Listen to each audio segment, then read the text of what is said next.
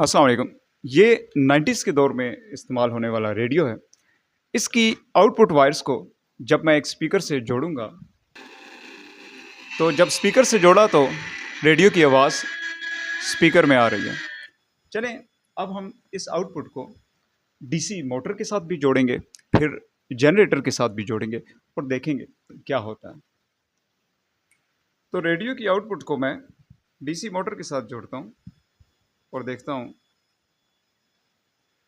ये मूव नहीं कर रही, बट क्योंकि जो ऑडियो सिग्नल है, मैं तार को ज़रा सही से जोड़ लूँ, वो ऑसिलेटिंग करंट है, यानी अल्टरनेटिंग करंट है, तो ये कुछ वाइब्रेट कर रही है। इसका मतलब है कि ऑडियो सिग्नल इसे वाइब्रेट करवा रहा है, और अगर वाइब्रेट करवा रहा है तो इसका मतलब है कि मोटर से भी साउंड आना चाहिए। तो चलें चेक करते हैं, इस माइक के ज़रिए इस आवाज़ को सुनें।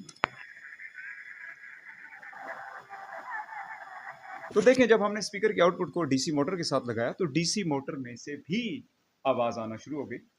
इस फंक्शन को हम एंड पे देखेंगे क्या है, लेकिन अभी ये कंफर्म हो गया कि डीसी मोटर के साथ आउटपुट जोड़ने से डीसी मोटर से भी आवाज़ आना शुरू हुई। अब हम इसे कनेक्ट करते हैं जनरेटर के साथ। ये जनरेटर है, इसकी ये आप आउटपुट देखें, मैंने वायर एलईडी के साथ जोड़ी है। जब तक मैं इसे मूव करूंगा तो ये ब्लिंक करेगा।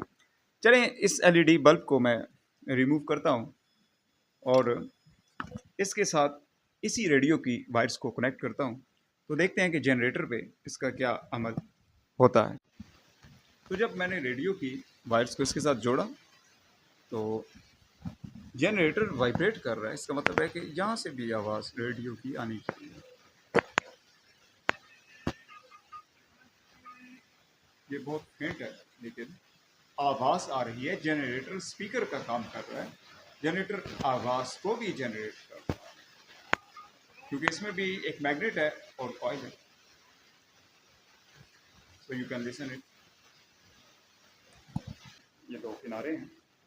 इसे अगर मैं इस तरह से एक सॉलिनॉइड की तरह कॉइल का रूप दे देता हूँ, बाइंड करता हूँ, और फिर इसके दो हिस्से मैं उसी ऑडियो के साथ जोड़ूंगा रेडियो की, और इसके पीछे मैं एक मैग्नेट अटैच करके, और इसे अगर मैं एक प्लास्टिक के डिस्पोजेबल गिलास के साथ अटैच करता हूँ, और इसे सहारा देने के लिए मैं एक टेप लगाता हूँ, फिर ये दोनों वायर्स मैंने उसी तरह से रेडियो की आउटपुट के साथ जोड़ी।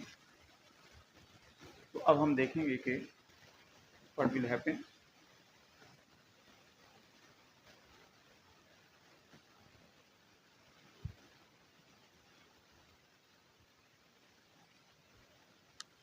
अरे भाई, जब ऐसा किया तो ये भी एक स्पीकर बन गया और इसमें से भी रेडियो की आवाज़ आ रही है, जो कि फेंट है, but it's coming here.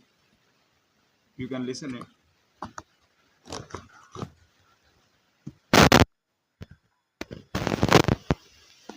Vibration तो हर तरफ आती है। वायर को मैंने वाइंड किया,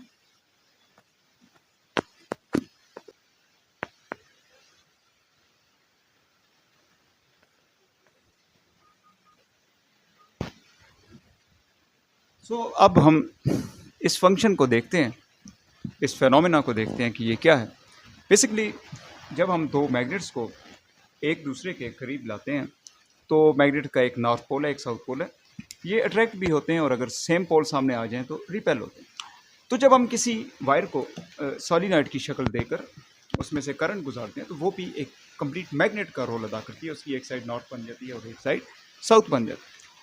आफ्टर दैट, अगर हम उस कॉइल को किसी परमानेंट मैग्नेट की फील्ड के दरमियान में रखेंगे, और अगर उसके पास मूवमेंट की गुंजाइश होगी, तो जैसे जैसे ऑसिलेटिंग करंट यानी ऑडियो सिग्नल उसमें जाएगा, जो कि फ्लक्चुएट करता है, तो वो है भी अल्टरनेटिंग करंट की सूरत में।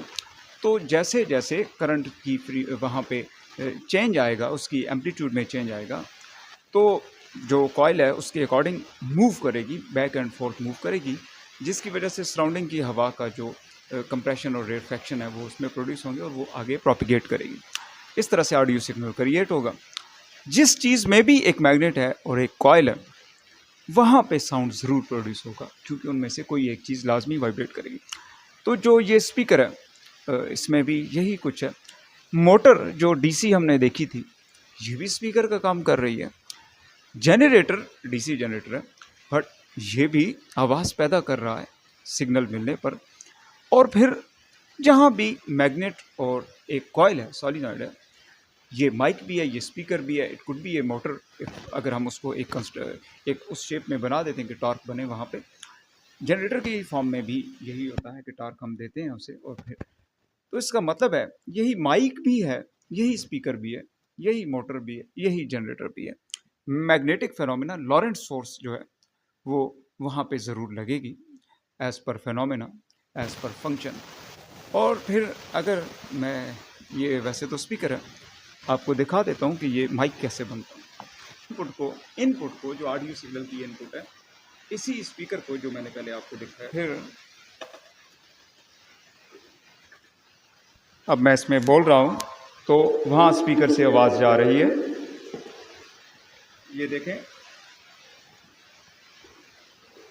जब मैं यहाँ स्पीकर से बोल रहा हूँ तो ये माइक का रोल अदा कर रहा है और वहाँ से सिग्नल जा रहा है, क्योंकि इसके अंदर एक कॉइल है और उस कॉइल के ऊपर प्रेशर पड़ता है मेरी आवाज की वजह से, वो मूव करती है एक परमानेंट मैग्नेट के सराउंडिंग में।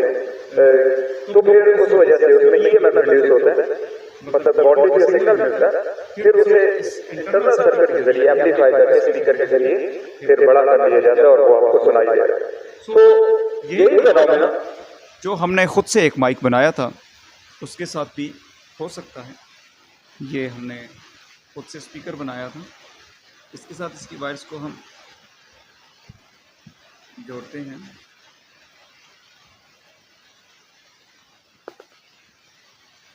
क्योंकि इसकी आवाज़ भी फेंट थी, बिल्कुल एक्यूरेसी के साथ तो हम घर पे नहीं बना सकते, बट इसकी आवाज़ भी आपको आ रही होगी। मैं यहाँ से बोल रहा हूँ तो ये वायर की वाइब्रेट करती है मैग्नेटिक फील्ड के सराउंडिंग में, तो ये मैं इंड्यूस होता है और वो सिग्नल एम्पलीफाई होता है।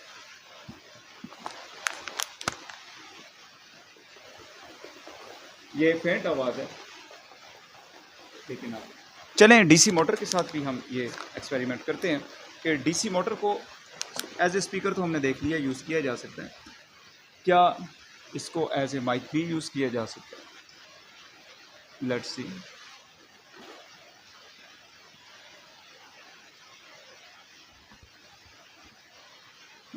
तो डीसी मोटर को एज ए इनपुट मैंने अटैच किया। Hello, are you listening me? Hello, are you listening me? Some vibrations जो हैं वो वहाँ पे कंडक्ट होती हैं ईएमएफ को। इसका जो एक अमली मुजाहिरा है वो मैं यहाँ से करके आपको दिखाता हूँ। ये वाइब्रेशन जो है, ये डिस्टर्बेंस जो है वो सेंड हो रही है, एम्पलीफाई होकर स्पीकर से आ रही है। तो आपने देख लिया कि डीसी मोटर अगर ऐसे माइक काम कर सकती है, स्पीकर भी काम कर सकती है, तो जनरेटर को ये एक्सपेरिमेंट करने की ज़रूरत नहीं। Thank you.